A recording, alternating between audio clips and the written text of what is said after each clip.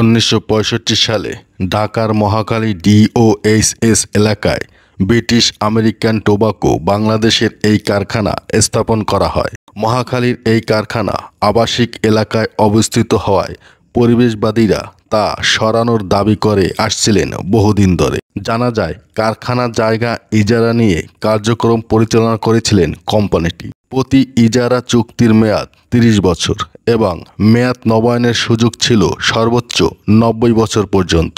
60 বছর কার্যক্রম পরিচালনার পর বাকি 30 বছরের জন্য ইজারা নবায়নের আবেদন করেছিলেন ব্যানসন গোল্ডলিপ খ্যাত কোম্পানিটি। কিন্তু সংশ্লিষ্ট কর্তৃপক্ষ তা নবায়ন না করলে কোম্পানিটি আইনি লড়াইয়ে নামে। কিন্তু সুপ্রিম কোর্টের আপিল বিভাগ গত 28 মে ব্যানসন গোল্ডলিপ কোম্পানি করা আপিল খারিজ করে দেন।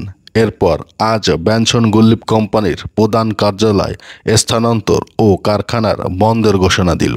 ডিএইচএর বিজ্ঞপ্তি অনুযায়ী 2025 সালের 1 জুলাই থেকে British American tobacco Bangladesh company লিমিটেডের নতুন অফিসের ঠিকানা হবে আশুলিয়া। একই দিনে বন্ধ হয়ে যাবে কোম্পানিটির ঢাকা কারখানার কার্যক্রম।